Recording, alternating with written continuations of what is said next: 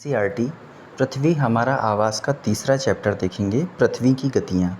तो चलिए स्टार्ट करते हैं। जैसा कि आप जानते हैं कि पृथ्वी की गति दो प्रकार की होती है, घूर्णन एवं परिक्रमण। पृथ्वी का अपने अक्ष पर घूमना घूर्णन कहलाता है। सूर्य के चारों ओर स्थिर एक कक्ष में पृथ्वी की गति को परिक्रमण कहते हैं। पृथ्वी का अक्ष एक काल्पनिक रेखा है जो इसके कक्षीय सतह से 66.5 डिग्री का कोण बनाती है। वह समतल जो कक्ष के द्वारा बनाया जाता है उसे कक्षीय समतल कहते हैं। पृथ्वी सूर्य से प्रकाश प्राप्त करती है। पृथ्वी का आकार गोले के समान है, इसलिए एक समय में सिर्फ इसके आधे भाग पर ही सूर्य की रोशनी प्राप्त होती है। सूर्य की ओर वाले भाग में दिन होता है, जबकि दूसरा भाग जो सूर्य से दूर होता है वहाँ रात होती है। ग्लोब पर वह वृत्त जो दिन तथा रात को विभाजित करता है उसे प्रदीप्त वृत्त कहते हैं। यह वृत्त अक्ष के साथ नहीं मिलता, जैसा कि आप चित्र 3.2 में देख सकते हैं। पृथ्वी अपने अक्ष पर एक चक्कर पूरा करने में लगभग 24 घंटे का समय लेती है। घूर्णन के समय काल को पृथ्वी का दिन कहा जाता है। यह पृथ्वी की दैनिक गति है। इसे समझने के लिए आप वीडियो को पॉज करके देख सकते हैं। आओ कुछ करके देखते हैं। पृथ्वी को दर्शाने के लिए एक गेंद लें तथा सूर्य को दर्शाने के लिए एक जलती हुई मोमबत्ती। गेंद पर शहर X को दिखाने के लिए निशान लगाइए। अब गेंद को इस प्रकार रखें कि शहर X में अंधेरा हो। गेंद को अब बाएं से दाएं घुमाइए। जैसे ही आप गेंद को थोड़ा घुमाते हैं तो शहर में सूर्योदय होगा। अगर गेंद को आप घुमाना जारी रखें, बिंदु X धीरे धीरे सूर्य से दूर चला जाता है। यह सूर्यास्त है। और आगे बढ़ते हैं हम लोग।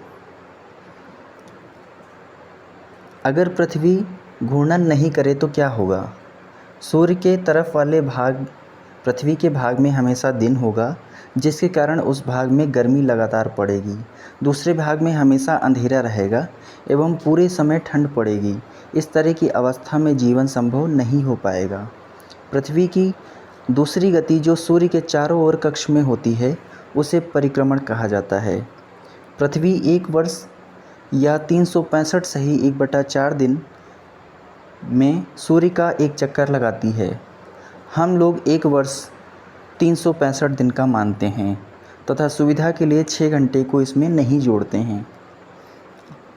क्या आप जानते हैं, प्राचीन भारतीय खगोल शास्त्री आर्यभट्ट ने बताया था कि पृथ्वी गोल है और अपने अक्ष पर घूर्णन घूमती रहती है।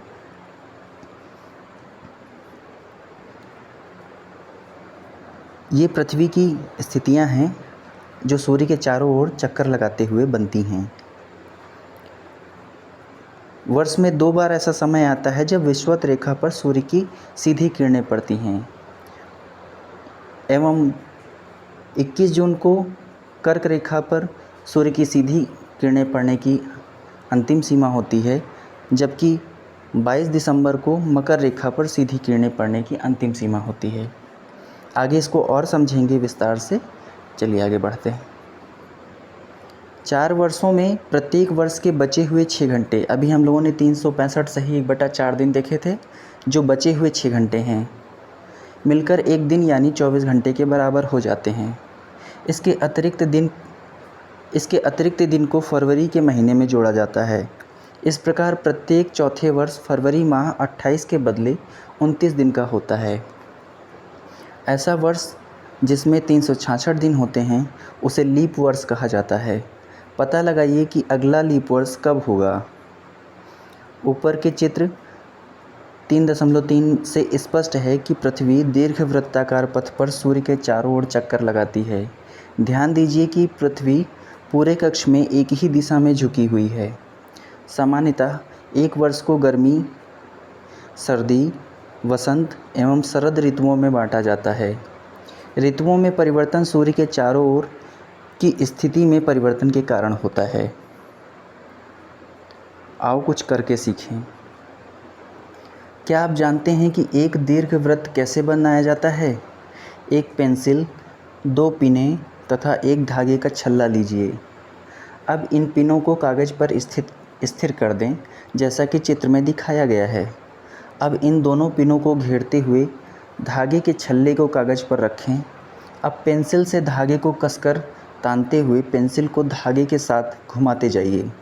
अब जो आकृति कागज़ पर बनेगी वह दीर्घवृत्त होगी। ऊपर की चित्र 3.3 में आप देखेंगे कि 21 जून को उत्तरी गोलार्ध सूर्य की तरफ झुका हुआ है। सूर्य की किरणें कर्क रेखा पर सीधी पड़ती हैं।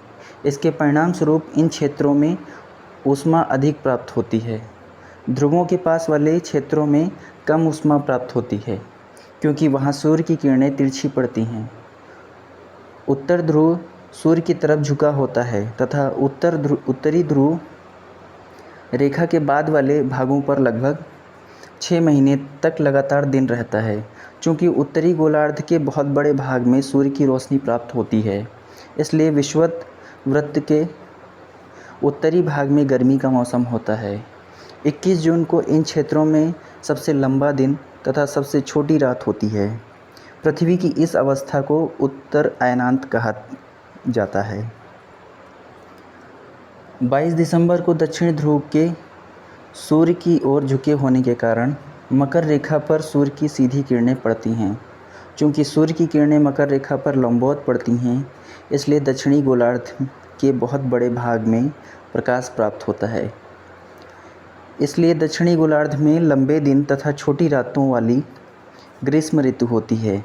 इसके ठीक विपरीत यदि उत्तरी गोलार्ध में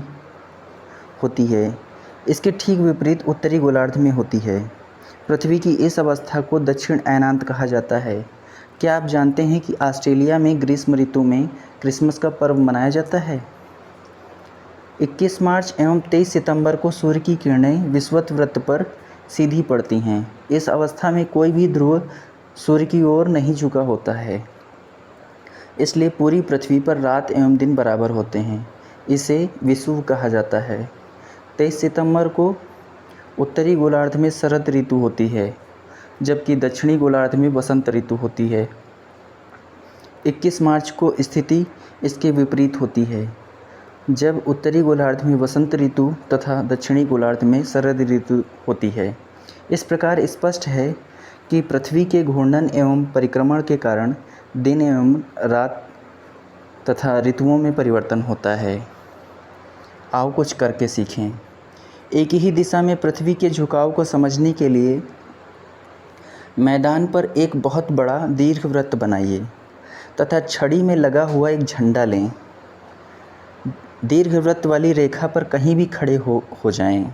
वहां से दूर स्थित किसी वृक्ष के सबसे ऊपरी हिस्से के किसी बिंदु की ओर झंडे को दिखाएं। अब झंडे को वैसा ही लिए हुए उसी स्थिर बिंदु की तरफ रखते हुए दीर्घवृत्त पर चलना आरंभ करें। इसी प्रकार पृथ्वी का अक्ष हमेशा एक ही स्थिति में झुका रहता है। पृथ्वी के परिक्रमण तथा पृथ्वी के अक्ष के निश्चित दिशा में झुके होने के कारण ऋतु परिवर्तन होता है।